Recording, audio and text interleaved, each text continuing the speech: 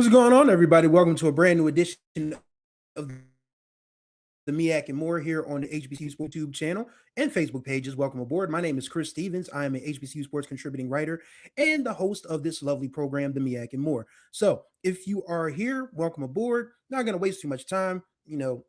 I do want to talk to you guys about, but we got to pay some bills first, as we always do.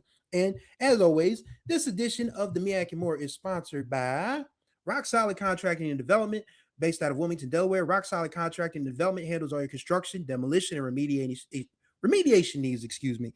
If you need something built, they can build it. If you need something torn down, they can tear it down. They can, plan all of that good stuff out. So be sure to check out rocksolidworks.net. Once again, Rock Solid Works Contracting is owned and operated by HBCU alum, a Delaware State alum, Norman Oliver. I want to thank Norman once again for generously sponsoring this program, as he has agreed to do throughout the academic and athletic year.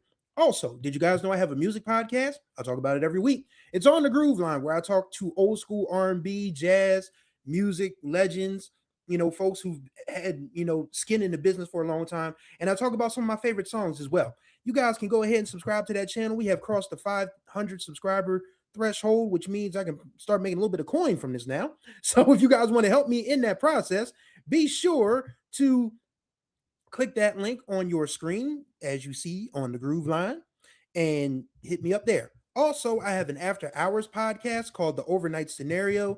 That is where I talk about all things dating, romance, sex, basically, and all of that good stuff. If you're interested in the dirty details of my dating life, which is on pause at the moment, but if you care, you can sign up for my Patreon for $1 a month to check out that podcast. I also write all manners of poetry, creative writing, and all of that good stuff. You guys can feel free to check it out there. And last but certainly not least, I have a book for sale. And it's not as great as Ken Rashad's book, but I think it's still pretty good. It's a romance novel called A Widower's Gift. It's Christmas themed, but it's about a widowed father who meets a woman who doesn't even want to come back home for Christmas, but she finds a reason to enjoy being back home, which is the main character. So you guys can go to this link, buy that book, and feel free to check it out. And also, if you have not heard Ken Rashad's dramatic reading of one of the scenes from the book from our HBCU Sports New Year's Eve podathon, go check that out. I was embarrassed and humiliated, but at the same time, it sold some books, so I can't complain. So shouts out to Ken. Greatly appreciate his comedy on that particular day. So yes, before we get into the nuts and bolts of today's episode, we gotta honor this man. There's no doubt about it. A North Carolina A&T legend, the Reverend Jesse Lewis Jackson Sr. Of course, he passed away early yesterday morning after battling Parkinson's for some time. He was 84 years old. Of course, the Rev is a North Carolina A&T graduate. He led the Aggies to the 1964 CIAA championship at quarterback. And he went to University of Illinois at first. When he found out they wasn't going to let him play quarterback, he said, bump that, I'm going home. Well, actually, home for him was Greenville, South Carolina. But A&T, said, yeah, you can come play quarterback. And they ended up winning the CIAA championship. And then, of course, he ended up, playing a major, major role in the civil rights movement as one of Dr. Martin Luther King's right-hand men. He ran for president a couple of times. He literally made it possible for Obama and, Kamala Harris to run for president. So, he deserves a ton of credit. I mean, people will say that Jesse had his messy moments, and we all do. We're all human. Make no mistake about it. But there's no one like the Rev. There will be no. I mean, when you think about it, man, real quick, people from the civil rights era are gone. Think about it. We lost John Lewis not that long ago. Of course, we lost Martin Luther King eons ago to assassination. Rosa Parks. Andrew Young is still around and kicking, God bless him, but we don't have that many people left from an era where our people had to fight for every single thing, man. And it's very disappointing that this generation sort of holds the older generation in some sort of, weird, oh, this didn't happen, or we don't need to fight anymore. You're sadly mistaken.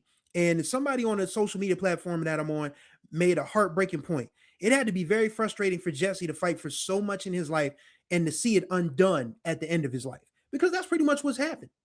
But Jesse Jackson, one of a kind. I mean, he, you know, that's why you see I got push, pray until something happens. Even though I'm not very religious, I still always like that acronym.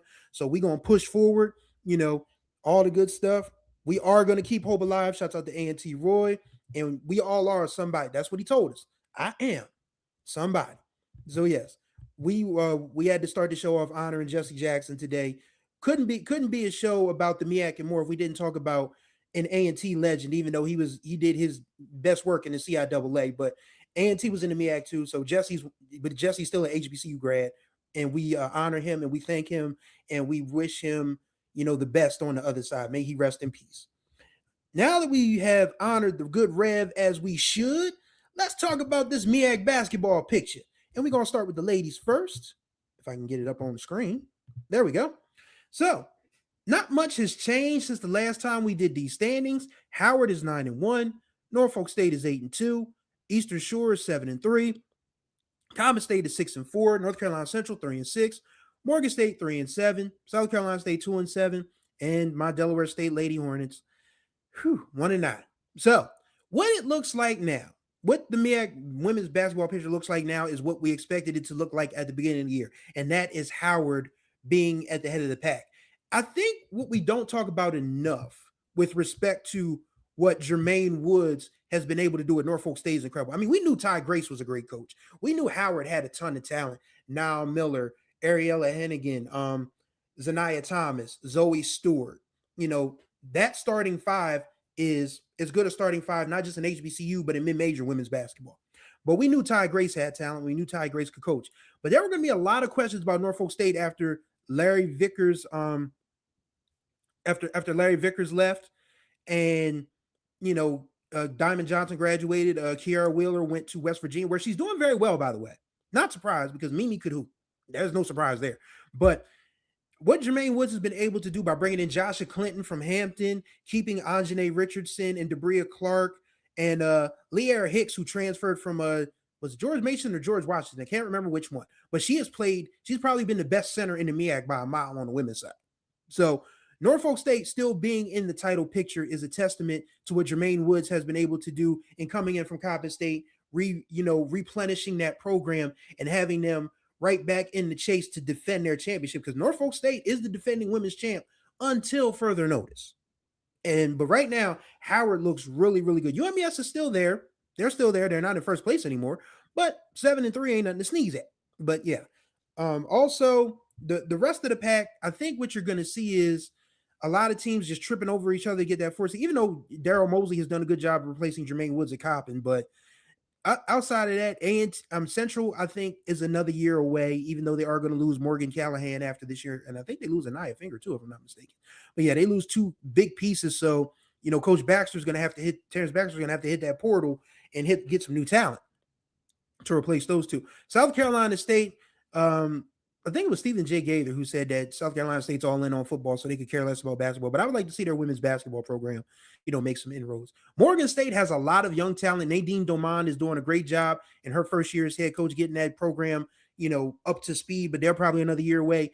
And the Delaware State Lady Hornets, well, ladies and gentlemen, injuries suck.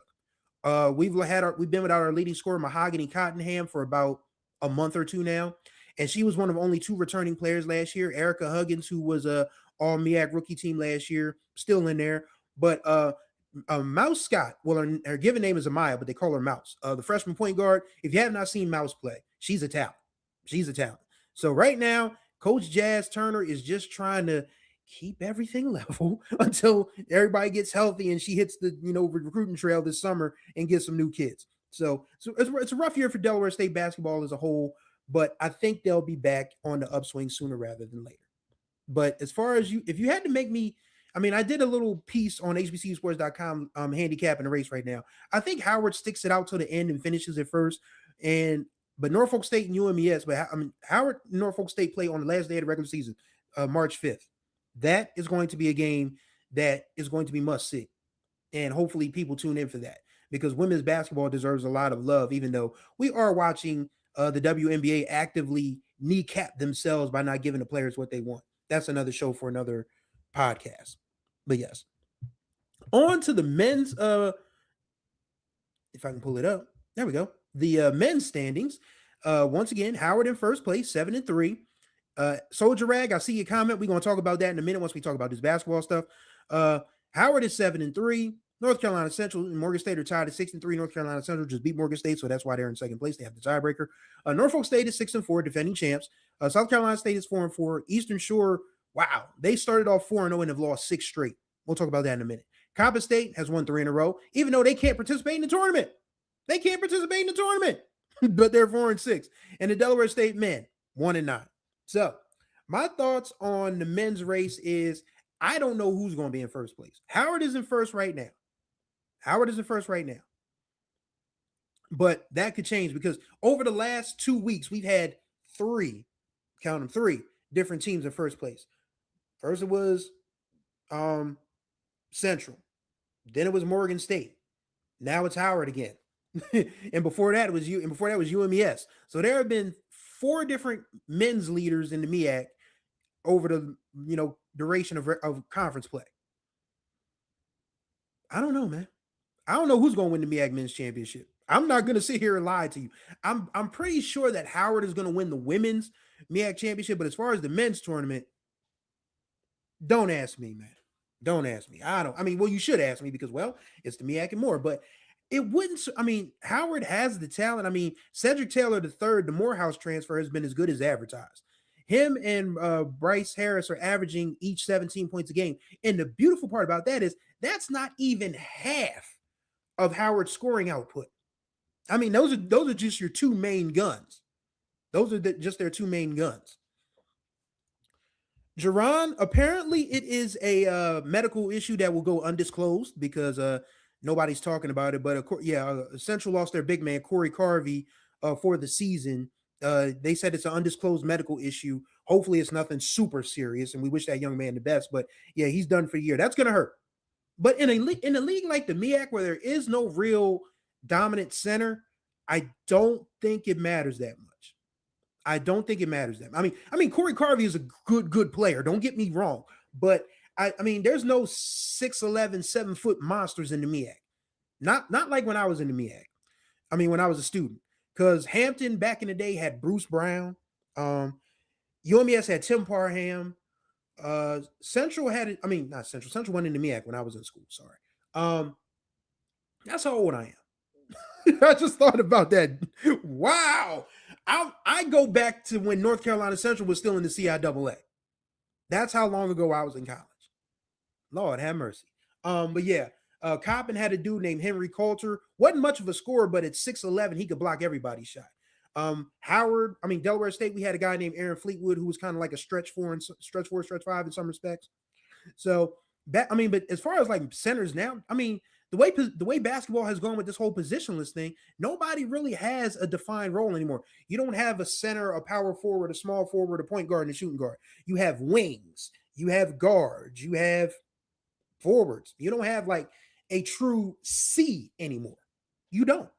So, losing a guy of Carvey's stature is going to hurt Central, but Lavelle Moulton, the dude can coach his way out of and into everything. So I'm not at all, as Soldier Rag says, don't bet against Moulton in March. I'm not. People got upset when Kendrick Marshall, our editor, clipped my thoughts about Lavelle Moulton and said, "Oh man, he hasn't won anything since NIL and blah blah blah blah blah blah blah." If he wins this year, you're gonna have to shut up because he's really on one. He's the dean of MEAC men's basketball coaches and deserves that proper respect. We're trying to get him on the program, by the way. Hopefully he'll join us next week. So yes. Ryan Bunn, the Central alum, says, coming together now we lose our big man. I gave us a chance at least to make the semifinals tournament. I still think y'all can. The only thing that really leads me to wonder is, can Norfolk State continue to climb? And when I talked to Robert Jones earlier this year, if you guys missed it, I had an interview with Robert Jones here on the channel. You guys can go back and check that out. He was very concerned about having a whole new team. He really was. He was like, Chris, man, I can't, we should have been picked in first place. He was like, I don't know what this team is going to look like. Well, They look like a team that's making a charge towards first place because they're only a game behind Howard right now. So, I mean, that top four in the MEAC is closely bunched together. Separated, four teams are separated by one game. So I think we're going to have, some more flip flopping until we get to the end of the regular season. And once again, Howard plays Norfolk State last game of the regular season. That doubleheader is going to be worth some major money. That is going to be a get your popcorn situation. Very much looking forward to that one. So as far as the men go, I can't pick Morgan State. They've done a wonderful job integrating their transfers. Elijah Davis came from Bowie State and has played a really masterful point guard role for them. So any team in that top four can win it. Any team in that top four can win it. Which one of those top four? Who knows?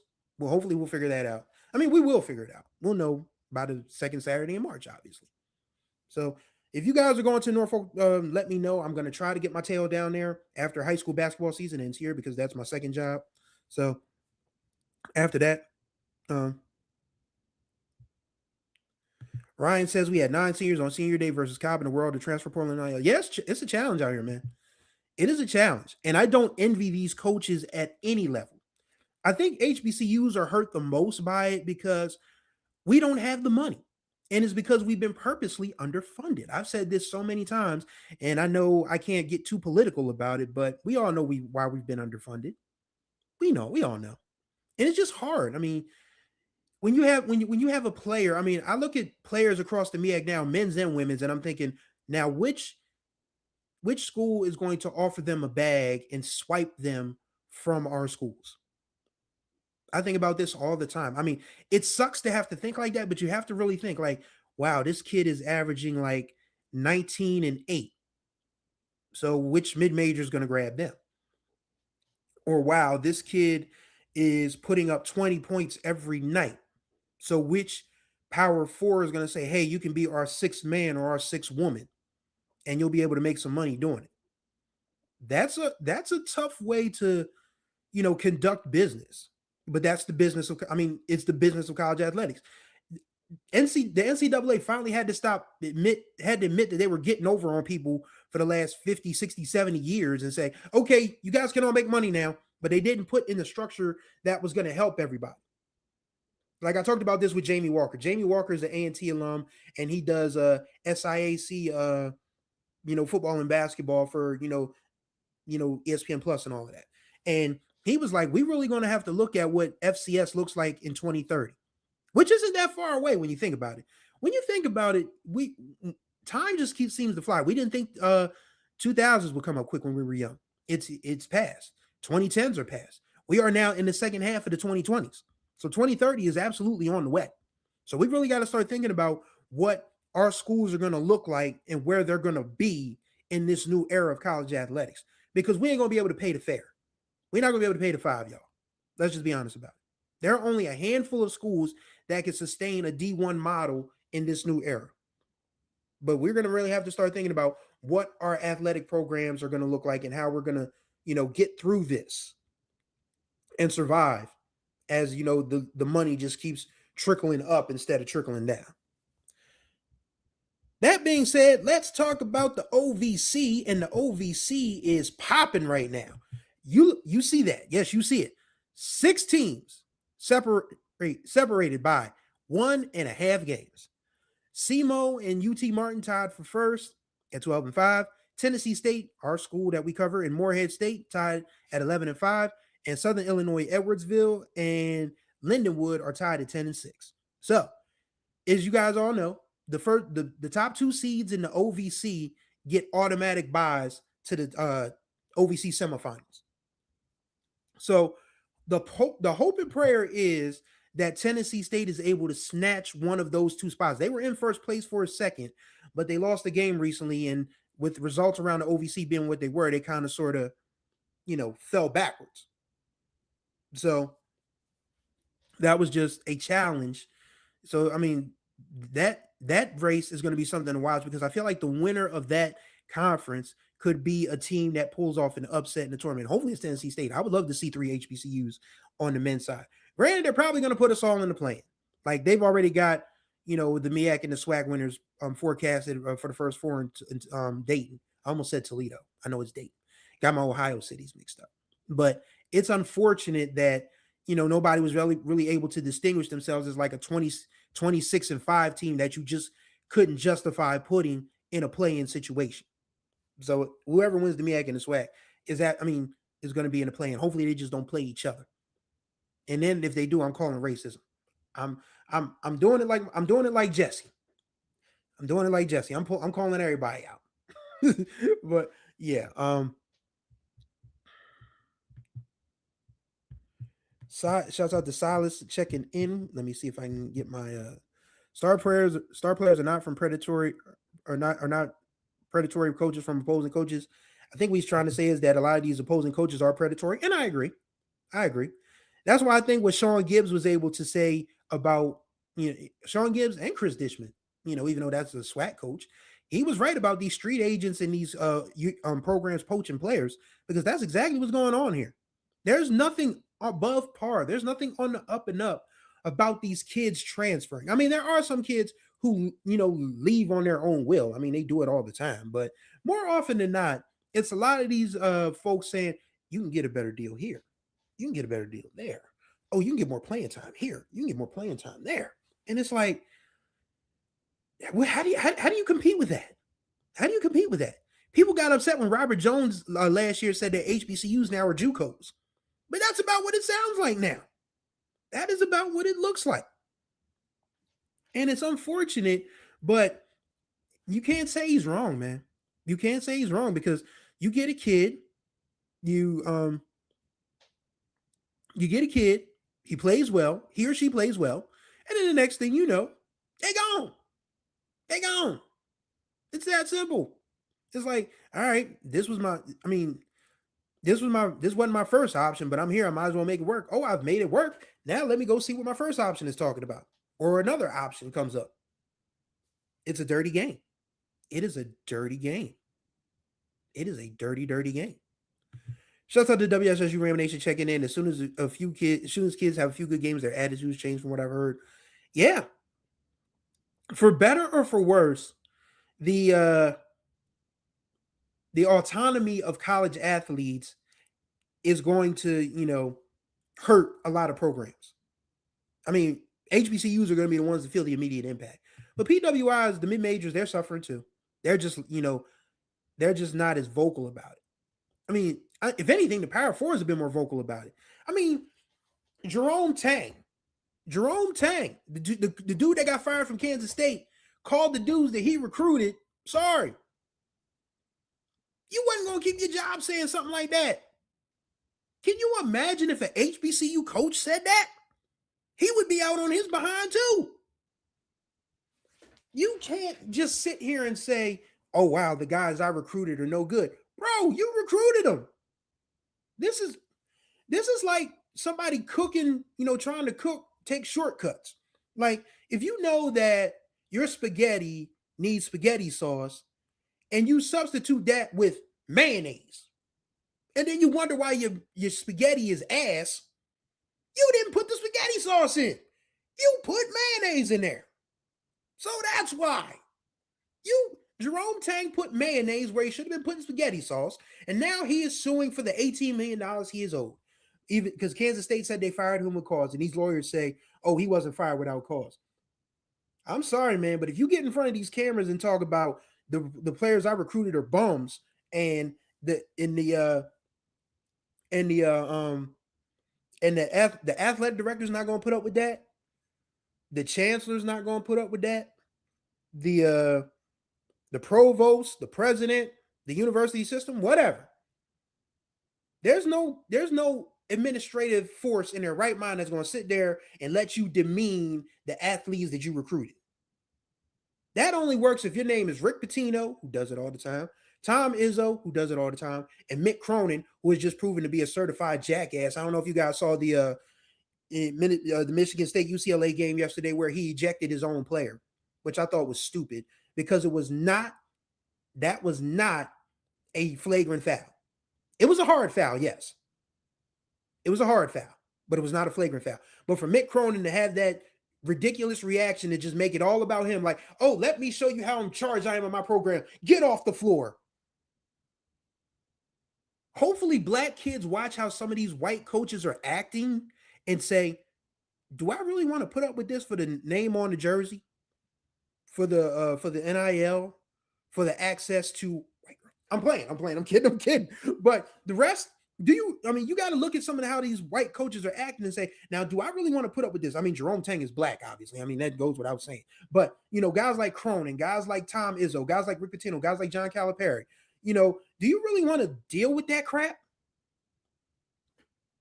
I don't know. WSSU Ram Nation says Javonte Cook from Winston-Salem State might be the last guy we see in the NBA who finished at HBCU. Yep. That might be it. I hope not, but that might be it. We struggling trying to get guys who finished at HBCUs in the NFL. And the NFL, at the NFL and the AFL back in the day, all they looked for were HBCU players once upon a time. Now they don't even look our way. We can't even get invited to the combine. It's a cold world out here, y'all. It is a cold world out here. Soldier Rag says Tang should still get his money. That was for cause firing. It's going to be interesting to see how that plays out because we all know that some coaches say some obscene stuff. Oh God, WSSU Ram Nation. I talk about this all the time. Woo, boy. Let me come back to this. But yeah, Tang, if he gets his money, it's going to be interesting because now you're going to say that coaches can say, "Oh, I didn't know this player was cheeks when I recruited him," but you recruited him, unless you just sign somebody sight unseen, and I don't think anybody's signing anybody sight unseen these days. Especially with the advent of Huddle and Max Preps and Instagram and and YouTube and all of that, you got chances to see athletes before you recruit them. And yes, the eye test is important. You still got to go see people in person. Like the film doesn't lie, as Isaiah Thomas once said, but it still helps to go see somebody, see their mannerism, see their attitude, see their demeanor, their body language, all of that. But there's enough tape out there on football players, basketball players. Shucks, there's tape on volleyball, soccer, baseball, softball, lacrosse, wrestling. There's tape on everybody now. We live in a society where all you need is one of these. It's that simple. You can have somebody record your son or daughter on the phone.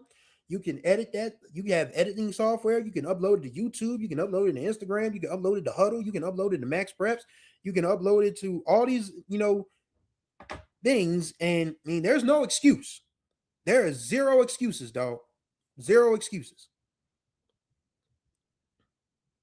Let's see what else. Let's see if there's anything that I missed. Alexander Wilson says now the high schoolers have agents who have no expertise in being an agent. A lot of bad advice. Yep. It's so bad now. It's so bad now that locally in Delaware, there are high school kids that are transferring because somebody who's a trainer talked to the athlete's parents and say, yo, your son or daughter ain't gonna get no tick here. They need to go to a school where they're gonna be seen. And that kid ends up sitting the bench for 3 years. Wasted time. So you really got to be careful. Who you listen to. And as WSSU Ram Nation, it says as the basketball trainers and the gurus, they all want these guys and girls at high D1s just so they can add to their credibility. Oh yeah.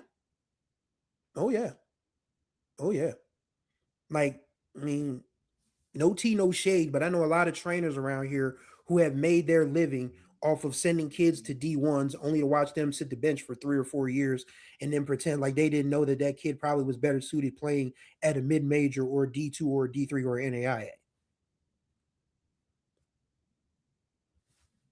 It is what it is, man. Levette the second checks in, says folks can't be upset. This is what kids wanted. Kids to be paid and have options. Yeah, it was going to happen eventually, but it's hurting HBCUs right now. And that's what we focus on here at HBCU Sports, the reasons for the seasons, as it were. But yeah, this hurts. I mean, this is absolutely going to hurt. Sorry. Whew. Soldier X says universities are using the for cause clause to avoid paying out contracts that AD signed. Oh yeah, oh yeah. I think what a lot of people are going to see now in this, especially since we have a regime that is anti-union, antitrust, and all of that.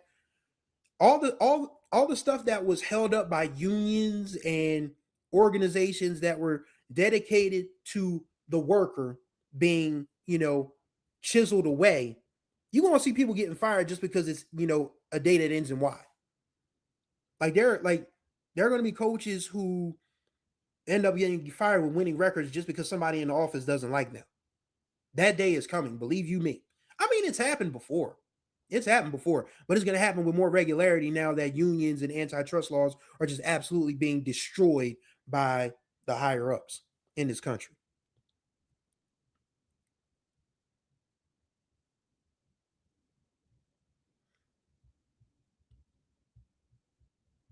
Alexander says in Maryland, the best high school player committed to play University of Maryland for the season, so he sat out and didn't even play the season.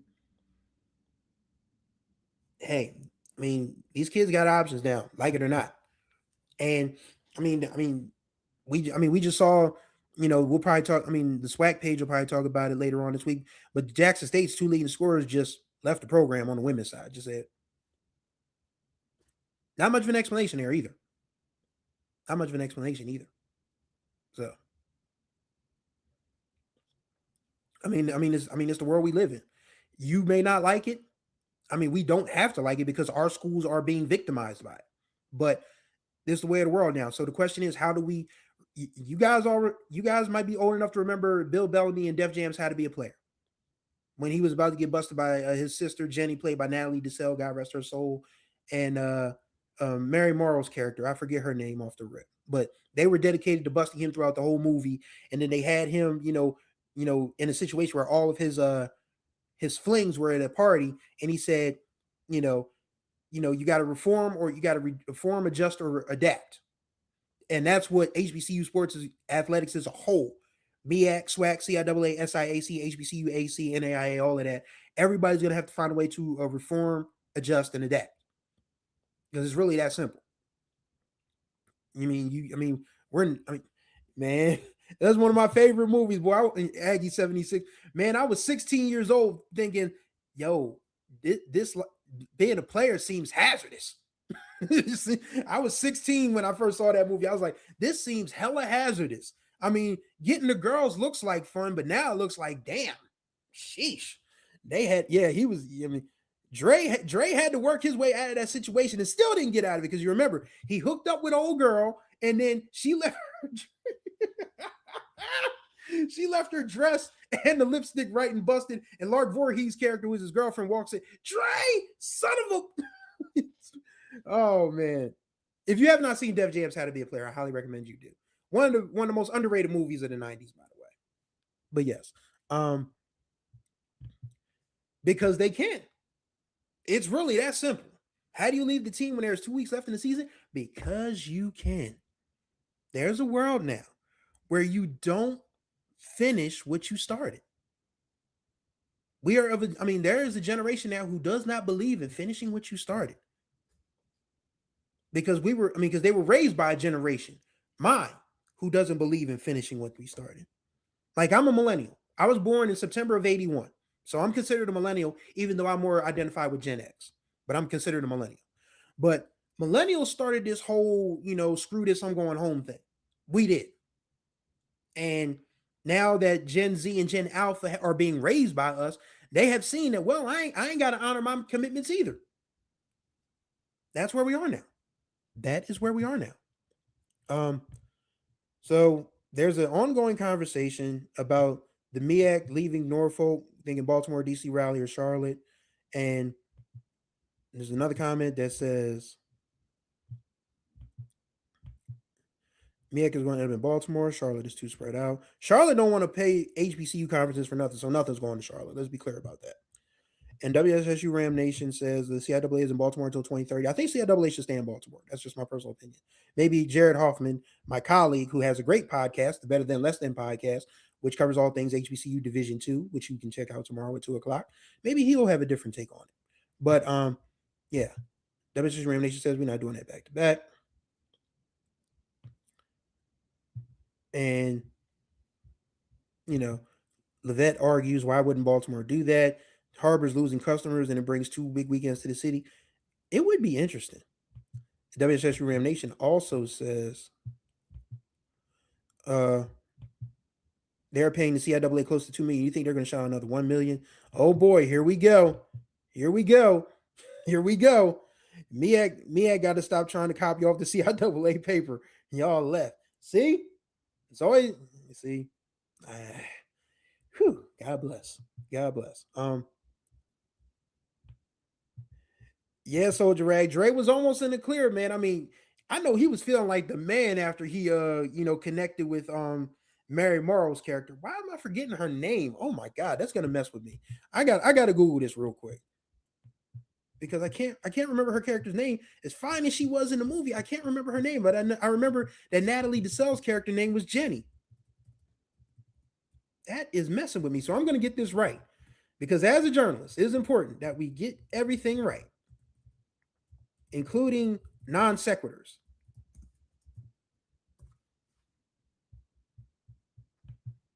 Bear with me. Katrina. Oh my God, how did I forget her name was Katrina? Yeah. I know he was on cloud nine after he got with Katrina, boy, but Katrina had something for his behind. Let me tell you. Yeah, that was a great movie, man. Great movie. So, and shouts out to Aggie 76, who of course is a North Carolina A&T Sports Hall of Famer, by the way. He says this generation of athletes will never give 2 weeks notice once they get into the real world. One disagreement with their boss and they're gonna quit. hey, I can actually see that happening. I mean, the people are going to argue, well, you get fired and there's no 2 weeks notice when you get fired. But as true as that might be, I mean, hey, the game is the game. The game is the game. So we got a little bit of a consternation and conundrum to close out the show. First, we're going to start with the fact that Chicago State has released their tentative football schedule. And I say tentative because we got some things to discuss. They do have a home field. They do it as is listed on here. Now, this is unofficial because apparently if you go to A&T and Norfolk State football schedules, Chicago State does not appear. But as it's listed right now, A&T is supposed to host Chicago State on October 17th. Norfolk State is actually supposed to visit on September 26th, which is the day after my birthday. If you guys want to buy me a gift, I'm not adverse. But they are going to host, Chicago State is going to host, say it with me, people, the Washington Generals of Black college sports, Virginia University of Lynchburg. But yes, apparently there's some rumbling going around, and I trust Soldier Rag because he is an Aggie, a dyed-in-the-wool Aggie.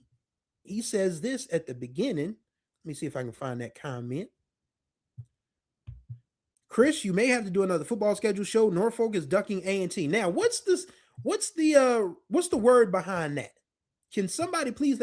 And Lawrence asked the question: no North Carolina A&T versus Norfolk State October 17th. Yeah, I need to know what's up with that because that game was something that was probably going to be a moneymaker for both sides, but apparently it's not happening now. Is that the word? Is that what's going on here? I would love to know because I did my schedule show and here goes WSSU Ram Nation. There's the rivalry. Or is A&T looking for an easy win?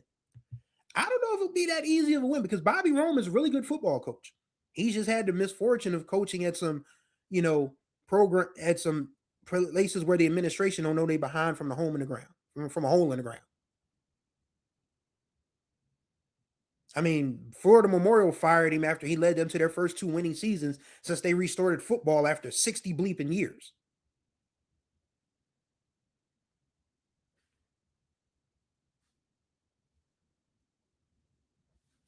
Some administrations, man, cut their nose off to spite their faces, my grandmother used to say. So, But yeah, Bobby Rome is a great football coach, and I mean in Chicago, Chicago has some good football players, and he doesn't have to get Big Ten guys. He could just get Missouri Valley guys, OVC guys, MAC guys. He can get those. They'll be fine. They'll be fine. So I mean, kids in Chicago. I mean, Chicago's a great city. That's the beauty of being in Chicago. That's the beauty of being in Chicago. You know, kids love that city. People love that city so much they don't want to leave. And now that you have a football program, Division I football program in the city that is predominantly black. Chicago State is not considered an HBCU, by the historical designation, but they are still a predominantly black institution. But you have a predominantly black institution, Division I in the city, that is playing football. That's going to get you some kids. That is absolutely going to get you some kids. So, I'm not saying that Chicago State is going to set the world on fire. Not at all. But in their first year, but I do think they'll be competitive, at least. But the rest of their schedule, let's look at the rest of their schedule, because it's a very interesting schedule.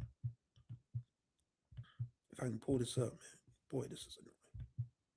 Let's try it again. Okay, there we go. All right, so they do have a lot of programs on there. I know Fort Lauderdale is not considered an NCAA program. Well, they do visit Tarleton State. That's interesting. Butler is a non-scholarship FCS program. NAIA Kentucky Christian. They visit UT Martin. That's going to be interesting. And they host a school called Roosevelt University.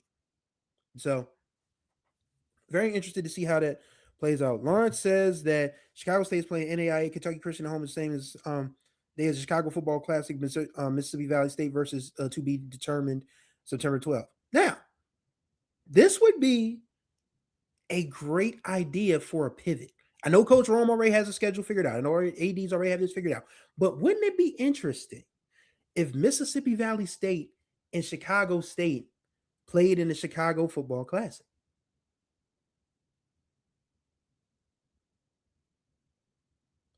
That would be fun. That would be fun. A first-year program versus a program that is trying to get on a level ground, and let them battle it out. I think that would be fun. I think Mississippi Valley State versus Chicago State would be a fun ball game, especially in a classic environment. Okay, so Soldier Rag says, from what I'm hearing, Norfolk State asked to be released from the game at A&T so they could get another home game. Maybe that is Chicago State. I don't know.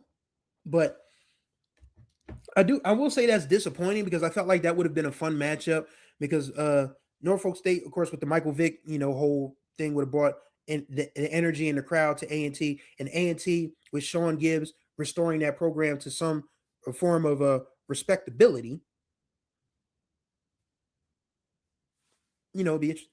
Is it VUL in the Chicago Football Classic? Please, God, no. Oh, God. We got to stop legitimizing and normalizing Virginia University of Lynchburg. We do. Because that coach, man, I swear, this ain't nothing but Bishop Sycamore at HBCU level. Please, God. Oh, my God.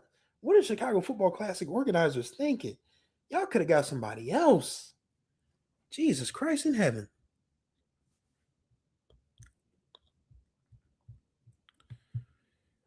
Aggie 76 says A&T and Norfolk State signed a home and home, so they probably moved the game to another year, which makes sense.